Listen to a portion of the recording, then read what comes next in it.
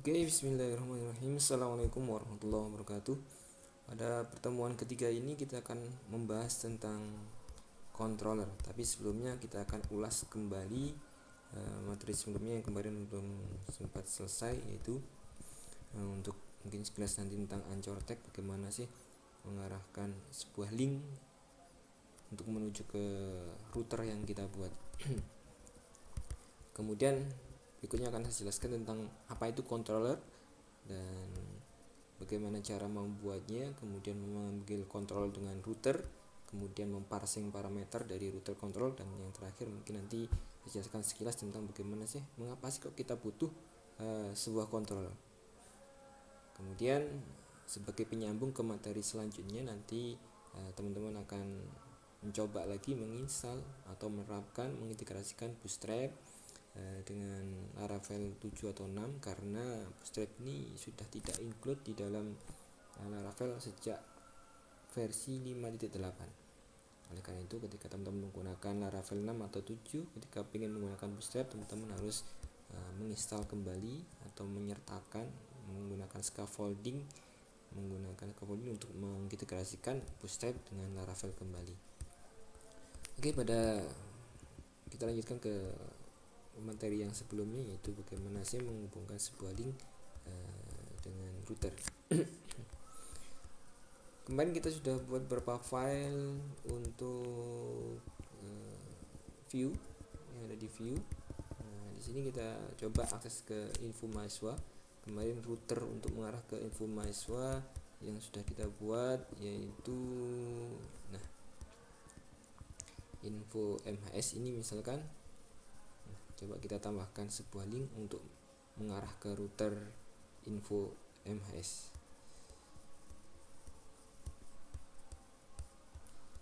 Oke, kita buka halaman info MHS.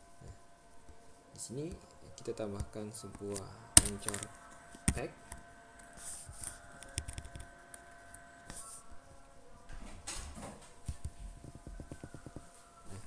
Untuk mengarahkan link tersebut, hanya kita perlu tambahkan nama dari router tersebut, info MHS. Persis dengan nama routernya, info MHS. Kemudian di sini misalkan menuju ke info MHS sebagai linknya nanti mahasiswa misalkan ya.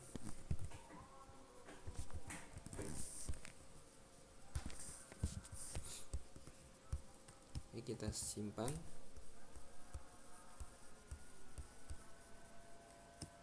Coba kita akses di browser kita.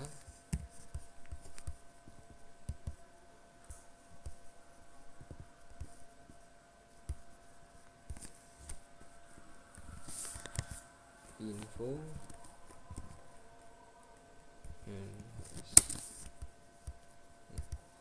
di sini sudah muncul sebuah link yang mengarah ke halaman info MHS. Jika kita klik,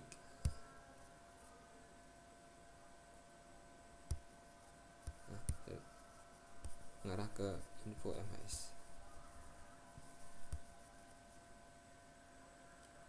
Tadi masih ada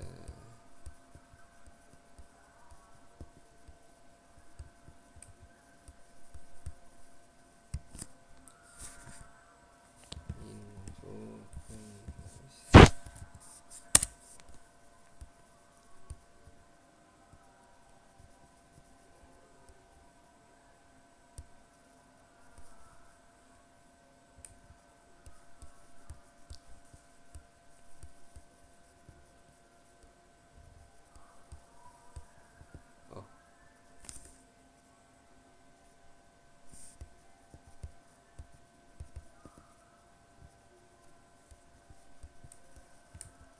Ini tadi soalnya kita arahkan ke halaman info MHS melalui halaman info MHS, sehingga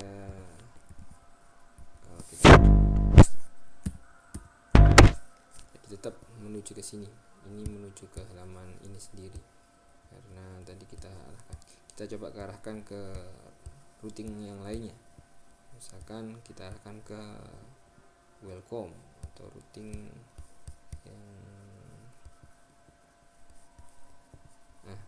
yang ini, ke halaman home, maka di info MS kita rubah aja routingnya dengan hanya slash sesuai dengan routernya, sehingga kalau kita pilih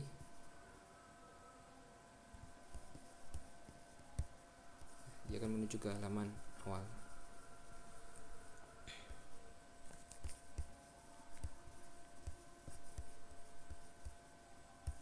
Oke, itu untuk mengarahkan. Jadi untuk mengarahkan sebuah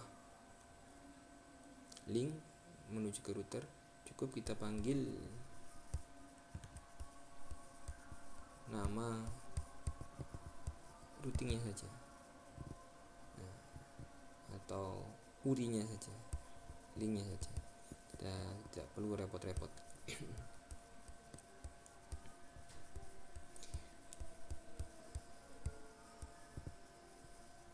Oke, selanjutnya apa sih controller itu? Jadi seperti yang sudah saya sampaikan di awal-awal dan saya sudah tulis juga di modul, controller itu adalah sebuah penghubung antara model dan view. Jadi dia menerima request dari user melalui user URI-nya, kemudian diproses apakah minta data atau menampilkan sebuah halaman. Jika berhubungan dengan data, maka dia akan menuju ke model. Jika misalkan melakukan minta sebuah halaman untuk ditampilkan, maka dia akan mengarahkannya ke view. Tapi sebenarnya banyak lagi fungsi yang lainnya yang nanti akan kita bahas sambil praktek. Itu secara sekilas tentang kontrol. Jadi sebagai penghubung, tujuannya sebenarnya memang untuk mengamankan data sehingga tidak bisa diakses langsung melalui view, karena view ini berhubungan dengan user dan semua codingnya di-download di halaman user dan bisa dilihat oleh user, kecuali yang dalam tag PHP. Terus bagaimana cara membuat kontrol? Di video yang sebelumnya juga sudah saya sampaikan cara membuat kontrol, cuman coba kita ulangi lagi juga nggak apa-apa. Misalkan kita buat sebuah kontrol, ingat caranya kemarin kita gunakan terminal. Oke, hari ini kita akan gunakan aja terminal punyanya Laragon.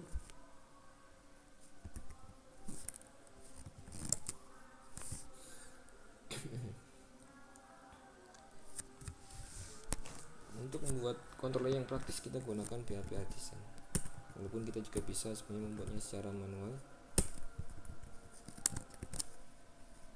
Controller,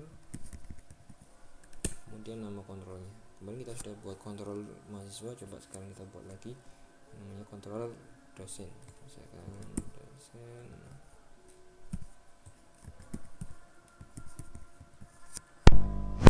Jadi dengan menggunakan mic ini berarti kita membuat controller, kemudian ini adalah nama controllernya.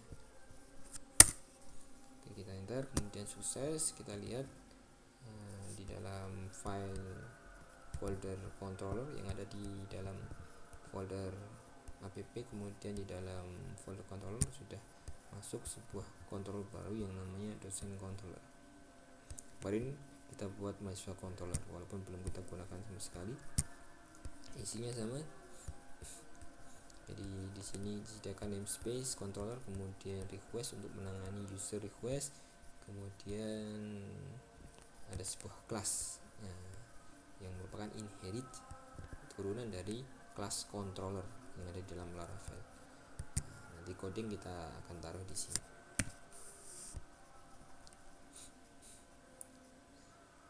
Oke, sekarang bagaimana kita menghubungkan, memanggil kontrol dengan router.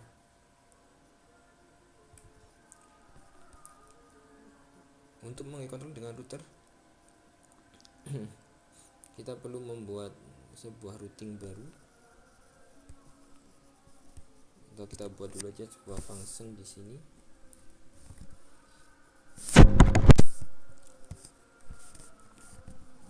Function dulu.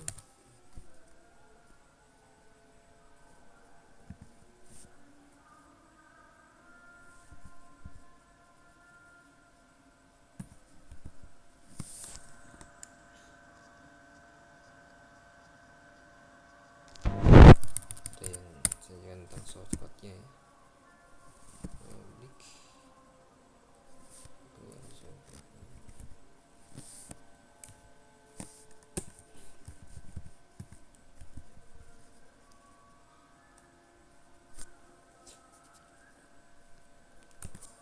Kemudian nama fungsinya misalkan kita sebut aja fungsinya index.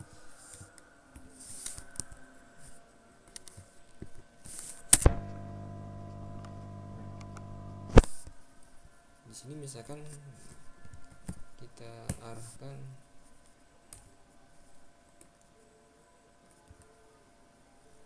yang sederhana yang menampilkan string hello ini dari controller.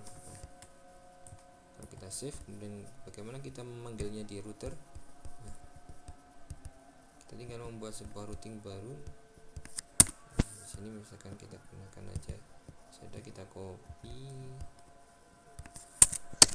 kemudian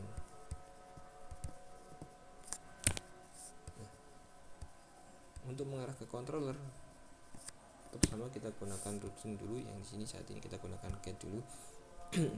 Kita arahkan ke sama, ini adalah URL-nya, kemudian di sini adalah controller yang dituju. Jadi kalau tadi kita buat dosen control, maka di sini kita panggil dengan dosen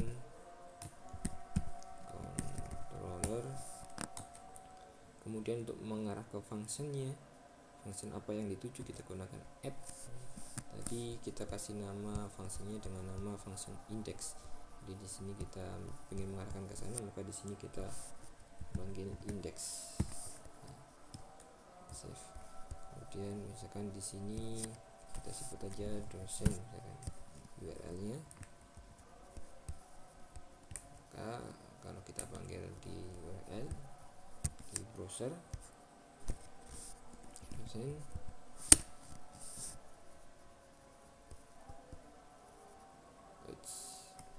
jadi di sini kurang titik koma ya, lupa di dosen controllernya. Nah, sini belum kita kasih koma ya.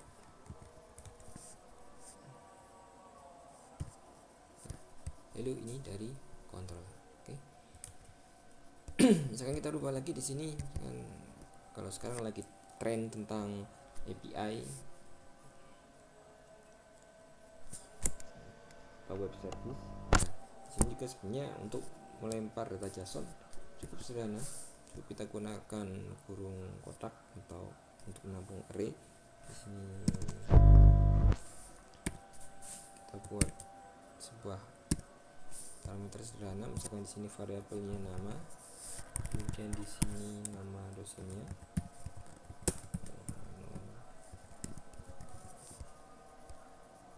misalkan seperti ini. Maka ketika kita panggil router dosen tadi, kita refresh, nah dia sudah akan melemparkan sebuah data berupa data JSON yang biasanya kita gunakan untuk API yang digunakan untuk berhubungan antara front end dengan back end. Sebenarnya Laravel ini juga merupakan full stack programming, dimana dia mengaplikasi seperti control ini adalah back end-nya, sedangkan view adalah front end-nya. Kita juga bisa gunakan di sini untuk aplikasi API yang sesungguhnya. Ini yang paling kecil, API yang kecil, misalkan satu variabel data yang dilempar ini sudah dalam bentuk JSON. Cara sederhana. Ini cukup simple. Kemudian berikutnya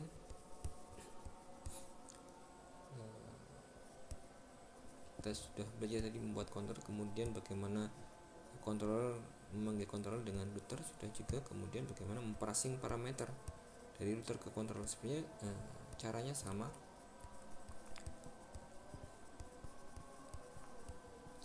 dengan yang kita pelajari kemarin.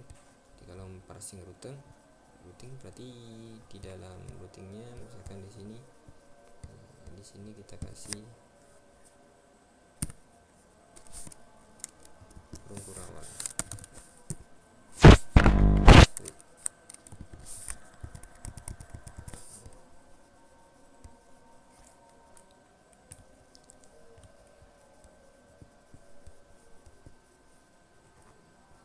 Misalkan di sini kita kasih nama ID,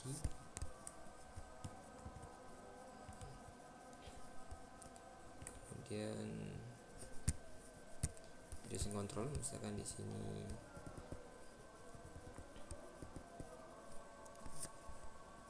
kita hubungkan ke view MHS misalkan.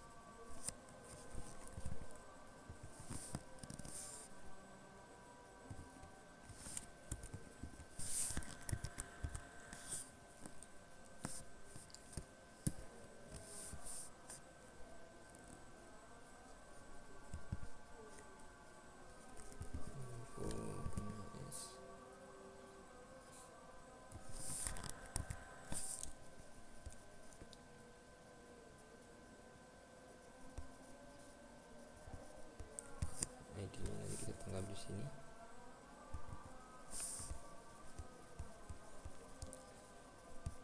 Kita buat routing aja yang baru ya. Misalkan kita buat routing yang baru.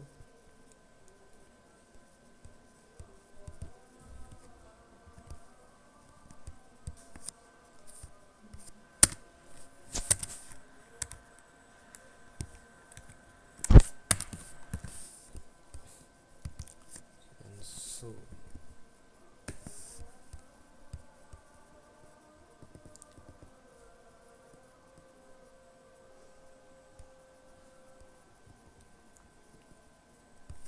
ID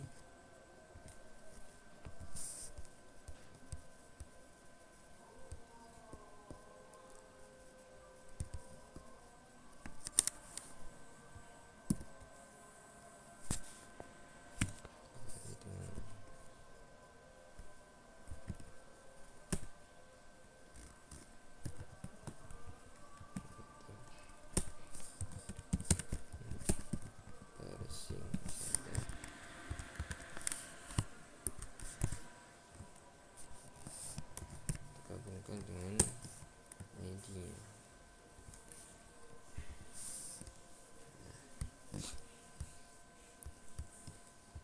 Kemudian di web misalkan kita buat routing baru,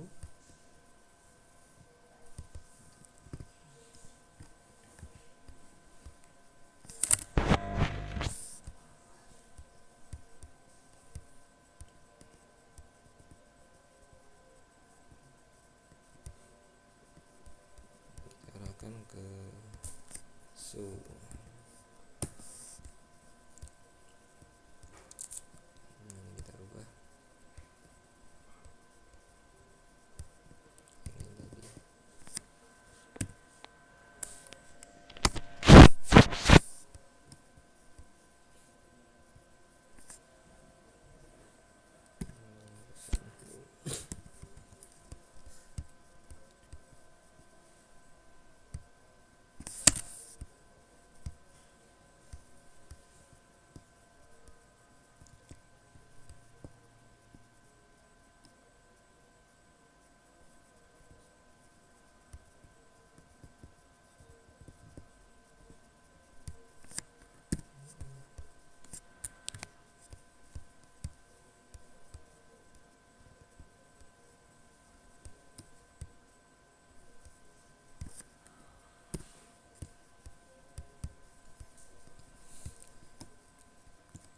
Oke, kita simpan.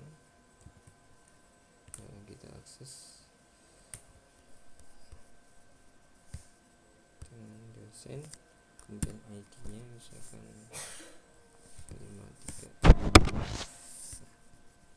jadinya akan di parsing.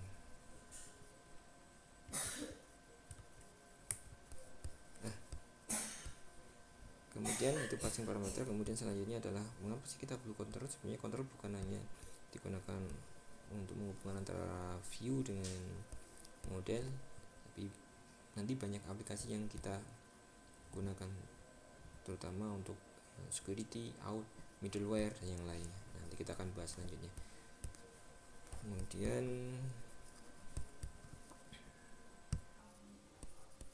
berikutnya untuk menghubungkan dengan materi yang berikutnya, kita butuh bootstrap, sehingga nanti teman-teman lebih tertarik ya, karena dengan bootstrap ya minimal kita membuat user interface yang menarik, karena selama ini kita masih baca konsep saja. Oleh karena itu untuk pertemuan berikutnya kita belajar tentang view. Di view kita gunakan bootstrap. Jadi caranya nanti teman-teman buka di, saya sudah menginstal dan ini relatif ya, kadang membutuhkan waktu yang cukup lama tergantung kecepatan internetnya. Nah, teman-teman buka tetap menggunakan di terminal yang disediakan oleh Aragon.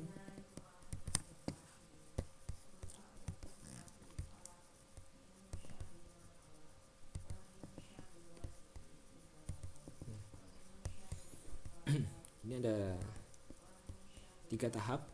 Pertama kita install dulu Laravel UI-nya dengan menggunakan di sini langsung diketik Composer. Saya hanya menyontohkan aja tempatnya. Saya sudah melakukan proses penginstalan. Jadi kalau teman-teman belum menginstal, nanti di folder, di dalam folder public perbedaannya ya, dalam folder public. Nah, nanti teman-teman belum ada file app.css dan app.js. Nah, ini isinya adalah bootstrap. Walaupun ada perbedaan di beberapa file yang lainnya, sementara belum saya tunjukkan dulu. Yang penting di publiknya teman-teman sebelumnya belum tersedia ini. Ketika kita sudah melakukan proses penginstalan, nanti akan muncul 2 buah folder baru, yaitu CSS dan JS. Oke, prosesnya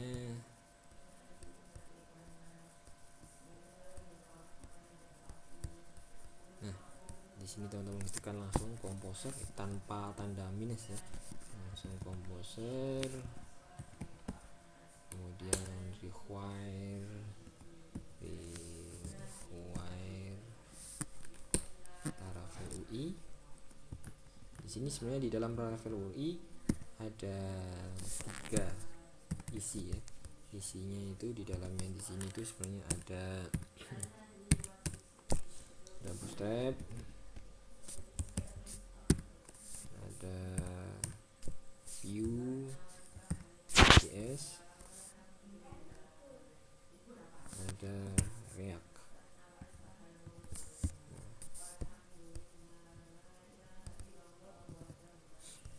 Cuma nanti kita gunakan dulu yang bootstrap aja, sehingga di sini yang saya gunakan hanya berikutnya. Setelah ini teman-teman tekan enter, baru kemudian di layar yang sama nanti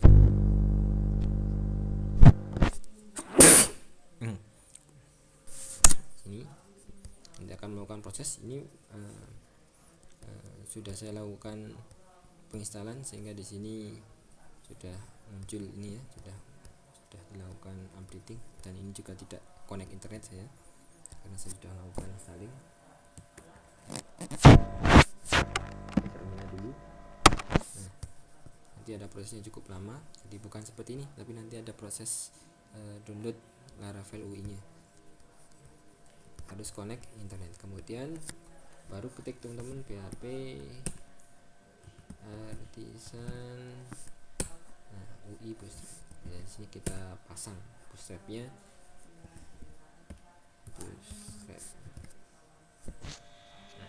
Jadi kalau view ya UI view, kalau React ya UI React gitu untuk menginstal, karena di sini ada view ada React.